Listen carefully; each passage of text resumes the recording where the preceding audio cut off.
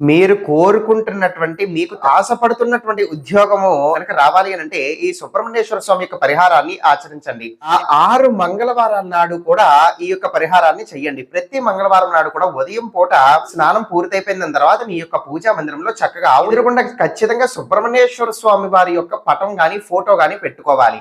ఆయన యొక్క ఫోటో ఎదురుగుండా ఒక తమలపాకు వేసి దాని మీద నీ యొక్క దీపం అనేటువంటిది చక్కగా వెలిగించి స్వామికి నమస్కారం చేసుకొని, పలానా ఈ యొక్క కంపెనీలో ఆ కంపెనీ యొక్క పేరు పలానా ఇది, ఇందులో నాకు ఉద్యోగం అనేటువంటిది వచ్చేటట్టుగా చూడు, విజయం సాధించేటట్టుగా చూడు అని చెప్పేసి నమస్కారం చేసుకుని, నేను చెప్పబోతున్నటువంటి యొక్క మంత్రాన్ని 108 సార్లు జపం చేయాలి. ఓం శరవణ భవాయ నమః. మీరు వెలిగించినటువంటి దీపానికి ఎర్ర చందనము పసుపుతోని బొట్టులు అనేటువంటిది పెట్టి అలంకరించండి. ఎర్రటి పుష్పాలు స్వామివారి యొక్క పటానికి అలాగే ఆ యొక్క దీపం దగ్గర కూడా పెట్టి అలంకరించి ఈ యొక్క ప్రక్రియను చెయ్యండి. ఈ విధంగా విజయం సాధించేటువంటి అవకాశాలు ఎక్కువగా ఉంటాయి స్వామివారి యొక్క అనుగ్రహం వలన.